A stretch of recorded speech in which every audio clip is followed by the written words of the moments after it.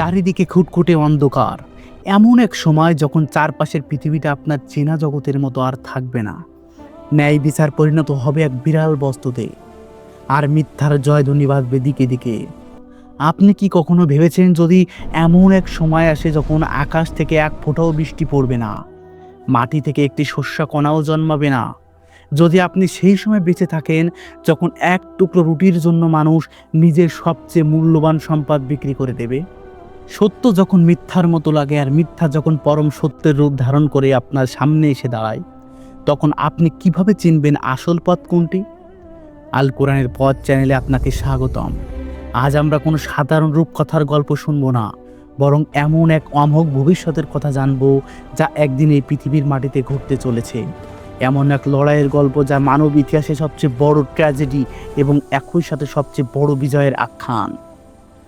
পৃথিবীতে যখন জুলুম আর অত্যাচারে ভরে উঠবে, মানুষের প্রতিটি দিন কাটবে আতঙ্কে আর দীর্ঘশ্বাস, তখন এই উম্মার শেষ সময় এক ভয়াবহ ক্রান্তি লগ্নে একজন মানুষ আয়ের আগমন ঘটবে।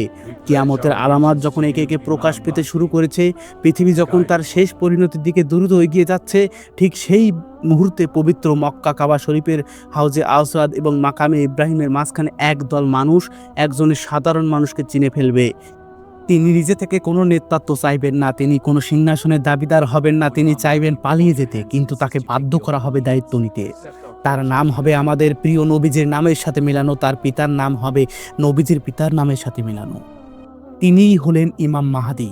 তার আগমনে পৃথিবীর রূপ বদলে যেতে শুরু করবে। যে পৃথিবীর জুলুম আর রক্তপাতে ডুবেছিল, তিনি সেই পৃথিবীকে ন্যায় ও শান্তিতে ভরিয়ে তুলবেন। মানুষ এমন এক সোনালী যুগের স্বাদ পাবে যা তারা আগে কখনো দেখেনি। ধন সম্পদ এত বেড়ে যাবে যে মানুষ দান করার জন্য খুঁজবে, কিন্তু নেয়ার মতো কাউকে পাবে না। কিন্তু এই শান্তি আর স্বস্তি দীর্ঘস্থায়ী হবে না। এটি ছিল মূলত এক বিশাল ঝড়ের পূর্বের নীরবতা। মানুষ সৃষ্টির পর থেকে আদম আলাইহিসসালাম হতে শুরু করে কিয়ামত পর্যন্ত সবচেয়ে ভয়ঙ্কর, সবচেয়ে বড় পরীক্ষাটি তখনও বাকি।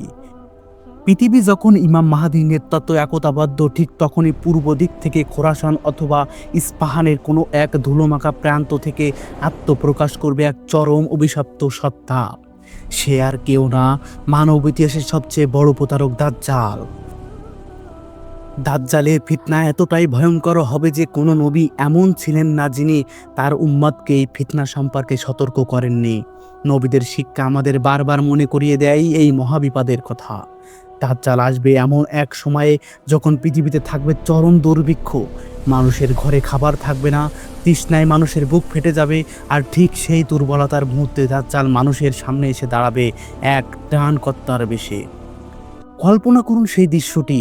আপনার চোখের সামনে আপনার আদরের সন্তানটি ক্ষুধার জ্বালায় ছটফট করেছে, আপনি নিরুপায়, আপনার কাছে এক ফোঁটা পানিও নেই। ঠিক তখন এক ব্যক্তি এসে আপনাকে বলবে, আমি যদি আকাশ থেকে বৃষ্টি বর্ষণ করি এবং মাটি থেকে ফসল ফলাই, তবে কি তুমি আমাকে তোমার প্রভু হিসাবে মেনে নেবে? আপনি হতবাক হয়ে দেখবেন তার এক ইশারায় আকাশ থেকে অঝোরে বৃষ্টি নামছে, মৃত মাটি ফুঁড়ে বেরিয়ে আসছে সতেজ সবুজ ফসল। তার কাছে থাকবে এক জাহান্নাত এবং এক জাহান্নাম, কিন্তু জান্নাত আসলে জাহান্নাম এবং জাহান্নাম মূলত সুশীতল জান্নাত। মানুষের চোখের সামনে সে মৃত মানুষকে জীবিত করে দেখাবে। সে বাতাসের বেগে উড়ে চলা মেঘের মতো পৃথিবী প্রদক্ষিণ করবে। মক্কা ও মদিনা ছাড়া পৃথিবীর এমন কোনো শহর, এমন কোনো গ্রাম থাকবে না যেখানে তার বিশাল বাহিনী নিয়ে প্রবেশ করবে না। এই পৃথিবীর ক্ষুধার সময়, এই চরম অসহায়ত্বের মুহূর্তে দাজ্জালের প্রস্তাব ফিরিয়ে দেওয়া কি সহজ হবে? আপনার ঈমান কি সেই দিন পাহাড়ের মতো অটল থাকতে পারবে? এই মুহূর্তটি হলো একজন মুমিনের জীবনের সবচেয়ে বড় পরীক্ষা। দাজ্জালের এই মায়াজাল এবং অলৌকিক ক্ষমতার সামনে লক্ষ লক্ষ মানুষ ধোঁকায় পড়বে। যারা জীবনে নামাজ পড়েনি, আল্লাহর বিধান মানেনি, তারা দলে দলে দাজ্জালকে নিজের রব হিসেবে মেনে নেবে। কিন্তু যাদের অন্তরে বিন্দু পরিমাণ ঈমান থাকবে, তারা দাজ্জালের দুই চোখের মাঝখানে লেখা কাফার বা কাপির শব্দটি স্পষ্ট পড়তে পারবে। মদিনার প্রান্তে একজন যুবক থাকবেন, যিনি দাজ্জালের সামনে দাঁড়িয়ে নির্ভয়ে বলবেন, আমি সাক্ষ্য দিচ্ছি তুই সেই মিথ্যুক দাজ্জাল যার সম্পর্কে আমাদের রাসূল সাল্লাল্লাহু আলাইহি ওয়াসাল্লাম সতর্ক করেছিলেন। দাজ্জাল যখন সেই যুবককে করাত দিয়ে চিরে দ্বিখণ্ডিত করে ফেলবে এবং দুই খণ্ডের মাঝখান দিয়ে হেঁটে যাবে। এরপর সেই যুবক বলবে, ওঠ। যুবকটি আল্লাহর হুকমে আবার জীবিত হয়ে উঠবে। দাজ্জাল দম্ভের সাথে জিজ্ঞেস করবে, এবার কি তুই আমাকে প্রভু মানিস? যুবকটি মুস্কি হেসে চরম ধৈর্য নিয়ে উত্তর দেবে, এখন তো আমার বিশ্বাস আরো মজবুত হলো যে তুই সেই অভিশপ্ত দাজ্জাল। এই অকল্পনীয় সাহস আর ইমানের দৃঢ়তা হবে সেই অন্ধকার সময়ে একমাত্র আলো। এদিকে দাজ্জাল তার বিশাল বাহিনী নিয়ে ইমাম মাহাদি এবং মুমিনদের ঘিরে ফেলবে। মুমিনরা সিরিয়ার দামেস্কা অথবা বাইতুল মুকাদ্দাসে অবরুদ্ধ হয়ে পড়বে। চারিদিকে মৃত্যুর ছায়া, খাবারের তীব্র সংকট। মুমিনদের তখন একমাত্র খাবার হবে সুবহানাল্লাহ, আলহামদুলিল্লাহ, লা ইলাহা ইল্লাল্লাহ বলা। জিকিরি তাদের শরীরে পুষ্টি যোগাবে। দাজ্জালের অবরোধের ক্রমশ কঠোর হতে থাকবে। মুমিনদের অবস্থা এতটাই শোচনীয় হবে যে মনে হবে বুঝি সব শেষ, আর কোনো পথ খোলা নেই। নিরাশা যখন চারপাশ থেকে চেপে ধরবে, তখন কি আল্লাহর সাহায্য আসবে না? মুমিনদের হৃদয়ে তখন একটাই প্রশ্ন, কবে আসবে সেই প্রতিশ্রুত সাহায্য? অবশেষে আসবে সেই ভোর। দামেস্কের সাদা মিনারের মসজিদ ফজরের নামাজের প্রস্তুতি চলছে। ইমাম মাহাদি মুমিনদের সারিবদ্ধভাবে দাঁড়িয়েছেন। ইকামাত দেয়া হচ্ছে। ঠিক সেই মুহূর্তে আকাশ থেকে অলৌকিক দৃশ্যে নেমে আসবে দুইজন ফেরেশতার। ডানা ভর করে হালকা হলুদ রঙের দুইটি বস্ত্র পরিহিত অবস্থায় আকাশ থেকে অবতরণ করবেন আল্লাহর নবী হযরত ঈসা আলাইহিস সালাম। তার ভেজা চুল থেকে যেন মুক্তোর মতো পানি ঝরছে। তাকে দেখে ইমাম মাহাদি বুঝতে পারবেন যে সাহায্যের সময় এসে গেছে।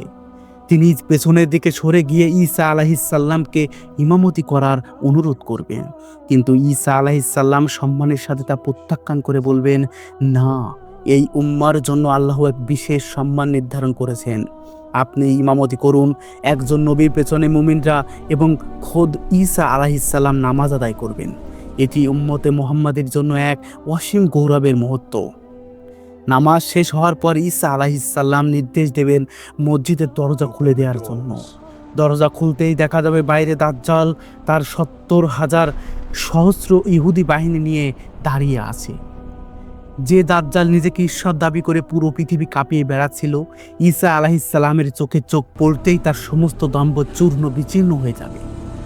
ঈসা আলাইহিস সালামের নিঃশ্বাস তার দৃষ্টির শেষ সীমানা পর্যন্ত পৌঁছাবে এবং সেই নিঃশ্বাসের বাতাস যে কাফিরের গায়ে লাগবে, সে সাথে সাথে মৃত্যুর কোলে ধরে পড়বে। দাজ্জাল বুঝতে পারবে তার সময় শেষ। যে মিথ্যার পাহাড় সে গড়ে তুলেছিল, তা সত্যের এক ঝলকেই ধসে পড়েছে। প্রাণের ভয়ে দাজ্জাল উম্মতের মতো পালাতে শুরু করবে। ঈসা আলাইহিস সালাম তার পিছু নেবেন। শুরু হবে এক ঐতিহাসিক ধাওয়া। ফিলিস্তিনের লুদ শহরে তরুণের কাছে পৌঁছাতেই দাজ্জালকে ধরে ফেলবেন তিনি। দাজ্জালের চোখে চরম আতঙ্ক। পানির মধ্যে লবণ যেমন গলে যায়, ঈসা আলাইহিস সালামকে দেখে দাজ্জালের শরীরও ঠিক সেইভাবে গলতে শুরু করবে। ঈসা আলাইহিস সালাম তার হাতের বর্ষা দিয়ে দাজ্জালকে আঘাত করবেন। মানব ইতিহাসের সবচেয়ে বড় ফিতনার অবসান ঘটবে সেই এক আঘাতে।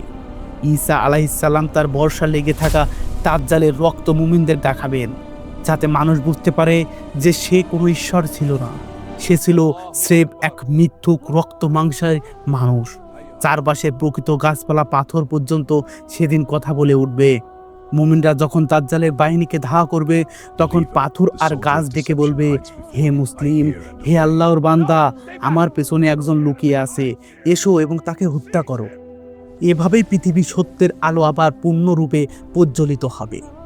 এই রোমহর্ষক কাহিনী শুধু কোনো ইতিহাসের পাতায় আটকে থাকা গল্প নয়, এটি আপনার আমাদের সবার জীবনের সাথে গভীরভাবে জড়িত। আজ আমরা হয়তো দাজ্জালকে চোখের সামনে দেখছি না, কিন্তু দাজ্জালি ফিতনা, ধোঁকা, মিথ্যার চাকচিক্য এবং হারাম উপার্জনের হাতছানি কি আমাদের চারপাশে ছড়িয়ে নেই? আজ যদি সামান্য দুনিয়াবি স্বার্থের জন্য, কিছু টাকার জন্য কিংবা একটু ক্ষমতার জন্য আমরা মিথ্যার সাথে আপোষ করি, হারামকে হালাল বানিয়ে নিই, তবে যখন দাজ্জালের সোনার পাহাড় নিয়ে আমাদের সামনে দাঁড়াবে, তখন আমরা কিভাবে তাকে প্রত্যাখ্যান করব? আজ যারা ছোট ছোট পরীক্ষায় পাশ করতে পারছে না, তারা দাজ্জালের সেই পাহাড় সম ফিতনার সামনে কিভাবে নিজেদের ঈমান ধরে রাখবে? একবার নীরবে নিজের বুকের ভেতরে উকি দিয়ে নিজেকে প্রশ্ন করুন, যদি আগামীকালই আপনার শহরে দরজায় ফিতনা করা নাড়ে, আপনার ঈমান কি প্রস্তুত আছে সেই ধাক্কা সামলানোর জন্য? আমরা যেন দুনিয়ার মোহে পড়ে আখিরাতকে ভুলে না যাই। আল্লাহর রহমত বিশাল, কিন্তু তার দরজায় আমাদের ফিরে যেতে হবে তওবা আর কান্নার মাধ্যমে। আসুন আমরা আমাদের হৃদয়কে প্রস্তুত করি, নবীদের শিক্ষাকে আঁকড়ে ধরি এবং প্রতিটি দিন আল্লাহর কাছে ফিতনা থেকে পানা চাই। আল্লাহ যেন আমাদের সবাইকে দাজ্জালের ভয়ঙ্কর ফিতনা থেকে রক্ষা করেন এবং ঈমানের সাথে দুনিয়া থেকে বিদায় নেওয়ার তৌফিক দান করেন। আল কোরআনের পদের সাথে থাকার জন্য এবং এই সত্যের সন্ধানে নিজের হৃদয়কে উন্মুক্ত করার জন্য আপনাকে অসংখ্য ধন্যবাদ। আল্লাহ আমাদের সবাইকে হেফাজত করুন, আমিন। আল কোরআনের পথ, সত্যের সন্ধানে জান্নাতের পথে।